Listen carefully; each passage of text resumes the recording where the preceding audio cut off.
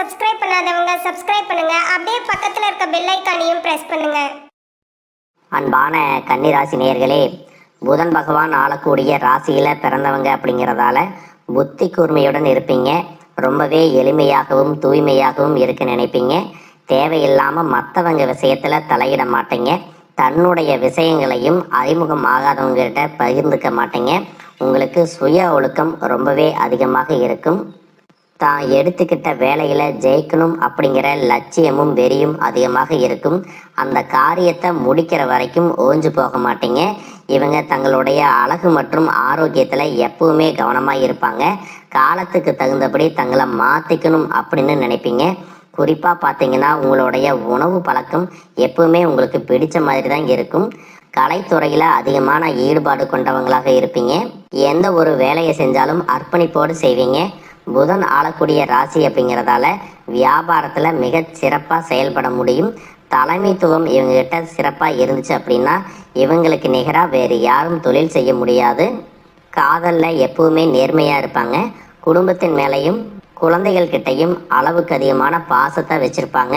இப்படி சிறப்பான குணங்கள் இருக்கக்கூடிய கன்னி ராசி உத்திரம் நட்சத்திரம் 2, 3, 4 பாதம், அஸ்தம் நட்சத்திரம், சித்திரை நட்சத்திரம் 1, 2 பாதம் இருக்கிறவங்களுக்கு கிரக நிலைகள் எப்படி இருக்குது அப்படின்னு பார்த்தீங்கன்னா, சத்துருஸ்தானத்தில் ராகுவும், கலத்திரஸ்தானத்தில் சனியும் செவ்வாயும் புதனும், அஷ்டமஸ்தானத்தில் சூரியனும் சுக்கிரனும், தொழில் ஸ்தானத்தில் குருவும், போகஸ்தானத்தில் கேதுவும் இருக்கிறாங்க. தொழில் மற்றும் வியாபாரத்தில் உற்பத்தியில் இருந்த தாமதங்கள் எல்லாமே விலகும். வருமான வாய்ப்புகளை நீங்கள் மேம்படுத்திக்குவீங்க. புதிய முயற்சிகளில் ஆலோசனை பெற்று நீங்கள் செயல்படுத்தினீங்க அப்படின்னா அதுவெல்லாம் உங்களுக்கு மிகப்பெரிய வெற்றியை கொடுக்கும். எதுலேயும் அமைதியும் நிதானமாகவும் நீங்கள் செயல்பட வேண்டிய காலமாகவும் இது இருக்குது. வெளியூர் பயணங்கள் மற்றும் முதலீடு திட்டங்கள் உங்களுக்கு கணிசமான லாபத்தை கொடுக்கும். சுபகாரிய நிகழ்ச்சிகளில் அதிகமாக கலந்துக்குவீங்க. மனசுக்கு பிடிச்சவங்களுடைய அறிமுகம் உங்களுக்கு ஏற்பட போகுது. உங்களுடைய வாழ்க்கை துணை மற்றும் நண்பர்கள் மூலமாக உங்களுடைய வாழ்க்கையில் மிகப்பெரிய பிரச்சனைக்கு தீர்வு காண போகிறீங்க. குடும்பத்தில் மன மகிழ்ச்சியும் தொழில் மற்றும் வேலையில் உங்களுக்கு மன நிம்மதியும் கிடைக்க போகுது. இது வரைக்கும் உங்களை எதிர்த்து நின்ன எதிரிகளை எல்லாம் நீங்கள் ஜெயிச்சு வர போகிறீங்க. இன்னும் தெளிவாக சொல்லணும் அப்படின்னா உங்களுடைய வாழ்க்கை முடிஞ்சது, நீங்கள் திரும்பி வரமாட்டீங்க, மீண்டு வரமாட்டீங்க அப்படின்னு நினச்சிட்டு இருந்தவங்க முன்னாடி நீங்கள் மீண்டும் தன்னெழுச்சியோட வளர்ந்து வர போகிறீங்க. மற்றவங்க முன்னாடி நல்லபடியாக வாழ்ந்து காட்ட போகிறீங்க. எத்தனையோ கனவுகளோடவும் எதிர்பார்ப்புகளோடவும் தான் இந்த 2026ஆம் ஆண்டை நீங்கள் தொடங்குறீங்க. ஆனாலும் இந்த 3 மாதங்களாக உங்களுக்கு பெருசாக எந்த ஒரு விஷயங்களும் நடக்கலை. இதனால் வரைக்கும் உங்கள் வாழ்க்கையில் நடந்த சில சம்பவங்கள், ஏமாற்றங்கள், துரோகங்கள் எல்லாமே ஒரு பெரிய படிப்பினையை கொடுத்திருந்தாலும் சில விஷயங்களை எல்லாம் இன்ன வரைக்கும் உங்களால் ஜீரணிக்கவே முடியலை. அதனாலேயே நிறைய நேரங்களில் மனசு வெறுத்து போய் இந்த வாழ்க்கையில் இதுக்கு மேலே நான் அனுபவிக்கிறதுக்கு என்ன இருக்குது அப்படின்னு எதிர்மறையான எண்ணங்கள் உங்களுக்கு அதிகமாக வரும். மற்றவங்களுக்காக நான் அனுபவிச்சதெல்லாம் போதும், இதுக்கப்புறமாவது எனக்கு பிடிச்ச மாதிரி வாழ்க்கை அமையுமா அப்படிங்கிற ஒரு கேள்விக்குறியோட தான் நீங்கள் நின்றுட்டு இருக்கீங்க. எவ்வளவு கஷ்டப்பட்டதுக்கு அப்புறமும் ஒரு லட்சியத்தோடு நீங்கள் செய்யக்கூடிய ஒவ்வொரு விஷயத்தை கெடுக்கிறதுக்கும் உங்களுடைய முன்னேற்றத்தை தடுக்கிறதுக்கும் உங்களை அவமானப்படுத்துறதுக்கும் இங்கே நிறைய பேர் கூடவே இருந்துட்டு முயற்சி பண்ணிட்டு தான் இருக்காங்க. ஆனாலும் அவங்களுடைய சதிகளையும் சூழ்ச்சிகளையெல்லாம் தாண்டி இப்போ வரைக்கும் ஓரளவுக்கு நீங்கள் நல்லா இருக்கீங்க அப்படின்னா உங்ககிட்ட இருக்கக்கூடிய நல்ல எண்ணங்களும் கடவுள் பக்தியும் இது வரைக்கும் நீங்கள் செஞ்ச தர்ம காரியங்களும் தான் உங்களை காப்பாற்றிட்டு இருக்கு.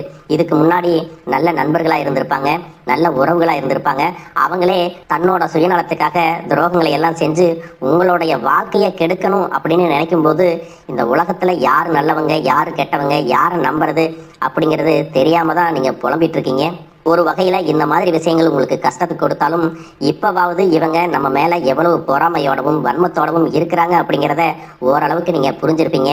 இது எல்லாமே தெரிஞ்சும் கூட நீங்கள் என்னமோ பண்ணுங்க, எத்தனையோ நல்லது செஞ்ச எனக்கு மனசாட்சிக்கு விரோதமாக தப்பு செய்கிறீங்க அப்படின்னா அந்த கடவுள் உங்களுக்கு நிச்சயமாக மிகப்பெரிய தண்டனையை கொடுப்பார் அப்படின்னு தான் கடவுள்கிட்ட உங்களுடைய வேண்டுதலை எல்லாம் வச்சுட்டு கடந்து போயிட்டு இருக்கீங்க. இப்போ இருக்கக்கூடிய சூழ்நிலையில் தான் உண்டு தான் வேலை உண்டு அப்படின்னு தான் இருக்கிறீங்க. இருந்தாலும் உங்களுடைய கஷ்டத்தையும் கண்ணீரையும் மற்றவங்களுக்கு தெரியாத மாதிரி தான் பார்த்துட்டு இருக்கிறீங்க. உங்களுடைய வாழ்க்கை உங்களை எப்படி புரட்டி போட்டாலும் முடக்கி வச்சாலும் நீங்கள் எப்பவும் போல சாதாரணமாக இருக்கிறதுனால உங்களை சுற்றி இருக்கிறவங்க எல்லாருமே இவங்களுக்கு என்னப்பா ஜாலியான வாழ்க்கை வாழ்கிறாங்க, இவங்க கிட்ட என்ன குறை அப்படின்னு சொல்லுவாங்க. ஆனால் மனசில் நிம்மதி இல்லாமல் சரியாக சாப்பிட முடியாமல் அவ்வளவு ஏங்க நிம்மதியா தூங்க முடியாம கூட நீங்க எவ்வளவு கஷ்டப்படுறீங்க அப்படிங்கிறது உங்களுக்கும் அந்த கடவுளுக்கும் மட்டும்தாங்க தெரியும். இந்த மாதிரி உங்க வாழ்க்கையில திடீர்னு ஒரு பிரச்சனை, உடம்பு சரியில்லை, ஹாஸ்பிட்டல்ல பெருசா செலவு வந்துருச்சு, குடும்பத்துல அவசர தேவைக்கு பணம் பத்தல, பிசினஸ்ல லாஸ் ஆயிருச்சு அப்படின்னு உங்க வாழ்க்கை முடங்கிருச்சுன்னா கூட நின்று உங்களுக்கு உதவி செய்யறதுக்கோ ஆறுதலா 4 வார்த்தை பேசுறதுக்கோ அவ்வளவு ஏங்க திரும்பி பார்க்க கூட உண்மையான ஆள் கிடையாது. ஆனா நீங்களாவே ஏதோ தட்டு தடு மாதிரி எந்திரிச்சு நிக்கிறப்போ உங்களை குறை சொல்றதுக்குன்னே நிறைய பேர் தேடி வருவாங்க. உங்க சொந்தக்காரங்க, தெரிஞ்சவங்க அப்படின்னு எல்லாரும் தேவைக்கு மட்டும்தான் உங்களை பயன்படுத்திக்கிறாங்க. இதையெல்லாம் தெரிஞ்சதுக்கு அப்புறமும் மறுபடியும் அவங்களுக்கெல்லாம் உதவி செஞ்சு ஏமாறக்கூடியவங்களா தான் நீங்க இருக்கீங்க. இந்த வாழ்க்கையில எப்படியாவது முன்னேறிடணும் அப்படிங்கறதுக்காக தினம் தினம் கஷ்டப்பட்டு உழைக்கிறீங்க. இது நாள் வரைக்கும் என்னுடைய மனசாட்சிக்கு தெரிஞ்சு நான் யாருக்கும் எந்த கெடுதலையும் கஷ்டத்தையோ துன்பத்தையோ கொடுத்ததில்ல. எனக்கு மட்டும் ஏன் இந்த வாழ்க்கையில இப்படி நடக்குது அப்படின்னு ஆதங்கப்படுறது உண்மைதாங்க. என்ன இருந்தாலும் உங்களுக்கு இவ்வளவு கஷ்டங்கள் ஆகாது. இந்த மாதிரி பிரச்சனைகள் உங்க வாழ்க்கையில வரும், கொஞ்ச நாளுக்கு அப்புறம் அது போயிடும். நிறைய நேரங்கள்ல பாத்தீங்கன்னா உங்களால எந்த பிரச்சனைகளும் வராது, ஆனா உங்களை சுத்தி இருக்கிறவங்க மூலம் தான் உங்களுக்கு நிறைய பிரச்சனைகள் வருது அப்படிங்கிறத இப்பவாவது கொஞ்சம் புரிஞ்சிருப்பீங்க. இவ்வளவு நடந்ததுக்கு அப்புறம் இனி என் வாழ்க்கை மாறுமா அப்படின்னு நீங்க கேட்கிற கேள்விகளுக்கெல்லாம் பதிலாத்தாங்க இனி வரக்கூடிய கிரக நிலைகள் மற்றும் அதன் இயக்கத்தின் காரணமாக உங்களுக்கு நல்ல பலன்கள் எல்லாமே கிடைக்க போகுதுங்க. இது நாள் வரைக்கும் நடந்த கெட்ட விஷயத்தை எல்லாம் விட்டுருங்க. இனி வரக்கூடிய நாட்கள்ல உங்களுக்கு எந்த மாதிரி நன்மைகள் கிடைக்க போகுது அப்படிங்கிறத பத்தி தான் இந்த வீடியோ பதிவுல பார்க்க போறோம். முதலாவதா மீன ராசியில் இருக்கக்கூடிய சனி பகவான் உங்களுக்கு ஆரம்பத்துல சில தடைகளை கொடுத்திருந்தாலும் இந்த வருடத்தின் இறுதிக்குள்ள உங்களுக்கு நல்ல பலன்களை எல்லாம் கொடுக்க போறாரு, தடைகளை எல்லாம் விலக்க போறாரு. இதன் மூலமா பொருளாதார ரீதியாக உங்களுக்கு நல்ல முன்னேற்றம் அப்படிங்கிறது விரைவிலேயே ஏற்பட போகுது. அடுத்ததா பாத்தீங்கன்னா சுக்கிர பெயர்ச்சி. மேச ராசியில இருக்கக்கூடிய சுக்கிரன் ஆரம்பத்துல சூரியனோட சேர்ந்து சுக்கிர ஆதித்ய யோகத்தையும் கொடுக்க போறாங்க. இதன் மூலமா உங்களுக்கு நல்ல வேலை வாய்ப்பு, அதுல பதவி உயர்வு மற்றும் அதிகாரம் செலுத்தக்கூடியவர்களுடைய நட்பு உங்களுக்கு கிடைக்கும். நீங்க செல்வத்தை சேர்க்கணும் அப்படிங்கறதுக்காகவே நகைகளுடைய விலை குறையும், புதிதாக வீடு வாகனங்கள் எல்லாமே வாங்குவீங்க. ஆரம்பத்துல பொருளாதாரத்துல ஏற்ற இறக்கங்கள் இருந்தாலும் இந்த வருடம் முடியும் பொழுது குறிப்பிட்ட அளவுக்கு நீங்க சொத்து சேர்த்து வச்சிருப்பீங்க. ஜூன் மாதத்துல குரு பகவான் மிதுன ராசியிலிருந்து தன்னுடைய உச்ச ராசியான கடக ராசிக்கு போகும் பொழுது கஜகேசரி யோகமும் உண்டாக போகுது. இந்த நேரத்துல உங்க நிதி நிலைமை ரொம்பவே முன்னேற்றமா இருக்கும். குழந்தை பாக்கியம் இல்லை அப்படின்னு கவலைப்பட்டு இருந்தவங்களுக்கு நிச்சயமாக குழந்தை பாக்கியம் உருவாகும். அவங்களுடைய உடல் நலன்ல எவ்வளவு பிரச்சனைகள் இருந்தாலும் அதையெல்லாம் சரி செஞ்சு இந்த பாக்கியத்தை அடைய போறாங்க. அவங்க குடும்பத்திலையும் மனதிலும் மிகப்பெரிய மகிழ்ச்சி நிரந்தரமா இருக்க போகுது. படிக்கக்கூடிய மாணவர்களுக்கும் கல்வி ரொம்பவே சிறப்பாக இருக்க போகுது. அடுத்ததான் நவம்பர் மாதத்துல ஏற்படக்கூடிய ராகு கேது பெயர்ச்சியில குடும்பம் மற்றும் தொழில்ல திடீர் மாற்றங்களும் திருப்பங்களும் ஏற்பட போகுது. நீண்ட நாளாக நிறைய பேர் உடல்நலம் சார்ந்த பிரச்சனைகள்ல முடங்கி கிடந்திருப்பாங்க, நடக்கிறதுக்கே ரொம்ப சிரமப்பட்டு இருந்திருப்பாங்க. அந்த பிரச்சனை எல்லாமே முழுவதுமாக நிவர்த்தியாக போகுது. கடந்த காலகட்டங்கள்ல உங்களுக்கு நல்லதொரு வேலை கிடைச்சிருக்காது. குடும்ப கஷ்டத்திற்காக குறைவான சம்பளத்துல பிடிக்காத வேலையை செஞ்சுட்டு இருந்திருப்பீங்க. உங்களை பொறுத்த வரைக்கும் பிஇ படிச்சிருப்பீங்க, டிகிரி படிச்சிருப்பீங்க. சில பேர் தன்னுடைய கல்வி தகுதிக்கு சரியான வேலை கிடைக்கல அப்படின்னு ரொம்பவே ஆதங்கப்பட்டு இருந்திருப்பீங்க. வரக்கூடிய நாட்கள்ல நீங்க சரியான முயற்சிகளை எடுத்தீங்க அப்படின்னா அரசாங்க வேலைக்கு நீங்க முயற்சி பண்ணாலும் உங்களுக்கு அரசாங்க வேலை கிடைக்கும். பேங்க் வேலையோ ஐடி கம்பெனியோ அது தனியார் நிறுவனங்களோ உங்களுக்கு மனசுக்கு பிடிச்ச மாதிரி நல்ல வருமானத்தோடு வேலை கிடைக்கக்கூடிய சூழ்நிலையும் இருக்கு. மேலும் கணவன் மனைவிகள்ல பாத்தீங்கன்னா நல்ல அந்யோன்யம் இருக்க போகுது. இது வரைக்கும் இருந்த மன கஷ்டங்கள் எல்லாம் நீங்கி ஒற்றுமையோட இருக்க போறாங்க.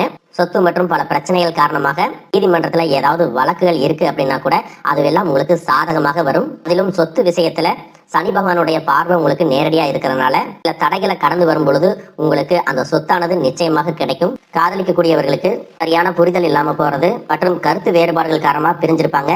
இன்னும் சிலருக்கு பெற்றோர்களே காதலுக்கு தடையா இருந்திருப்பாங்க. வேற ஜாதியா இருக்கு, நல்ல குடும்பமா இல்ல, வசதி இல்ல அப்படின்னு ஏதாவது ஒரு காரணத்தை சொல்லி பிரிஞ்சிருந்திருப்பாங்க. ஆனா இனி வரக்கூடிய காலங்கள்ல நீங்க உண்மையாக உங்க காதலை வெளிப்படுத்தும் போது அந்த காதல் கண்டிப்பாக உங்களுக்கு கை கொடுக்கும். வீட்டுல சொல்லும் பொழுது பெற்றோர்களே உங்களுடைய காதல் திருமணத்தை நடத்தி வைப்பதற்கான வாய்ப்புகள் இருக்கு. சிலருக்கு பாத்தீங்கன்னா சின்ன வயசுலேயே தன்னுடைய வாழ்க்கை துணை இழந்திருப்பாங்க. சிங்கிள் பேரண்டா தன்னுடைய குழந்தைகளை கவனிச்சுட்டு இந்த வாழ்க்கையை வாழ்ற மாதிரி இருந்திருக்கும். ஆரம்பத்துல உங்களுக்கு இது போராட்ட காலமாக இருந்தாலும் தன்னம்பிக்கையோடவும் சுயமரியாதையோடவும் இந்த சமுதாயத்துல வாழ்ந்து காட்டுவீங்க. சில போலியான நபர்கள் உதவி செய்யற அப்படின்னு உங்களை ஏமாத்தக்கூடிய சூழ்நிலையும் இருக்கு. அப்படிப்பட்ட நபர்களை நீங்க சரியா அடையாளம் கண்டுபிடிச்சு அந்த மாதிரி நபர்களை உங்களுடைய வாழ்க்கையில என்னைக்குமே அனுமதிக்க கூடாது. எந்த ஒரு எதிர்பார்ப்புகளும் இல்லாம எப்பவும் போல உங்க கடமையை செஞ்சுட்டு உங்க வாழ்க்கையை நீங்க வாழ்ந்துட்டு வாங்க. உங்களோட குலதெய்வமும் கிரக நிலைகளும் உங்களுக்கு துணையாக இருக்கு. இப்ப நீங்க எடுத்து வைக்கக்கூடிய ஒவ்வொரு அடியும் எதிர்காலத்துல உங்களை வாழ்க்கையின் உச்சத்துல கொண்டு போய் வைக்கும் அப்படிங்கறத மட்டும் நீங்க எப்பவுமே நினைவு வச்சுக்கணும். உங்களை சுத்தி நல்ல விஷயங்கள் கெட்ட விஷயங்கள் இந்த மாதிரி எல்லாமே சுத்தி சுத்தி நடந்து வந்தாலும் நல்ல விஷயங்களை மட்டும் எடுத்துட்டு நீங்க முன்னேற்ற பாதையில போயிட்டே இருங்க. உங்களுடைய நல்ல எண்ணங்களுக்கு உங்களுக்கு நல்லதே நடக்கும். வாழ்க வளமுடன். மேலும் தகவலுக்கு எங்க சேனலை மறக்காம சப்ஸ்கிரைப் பண்ணுங்க. நன்றி.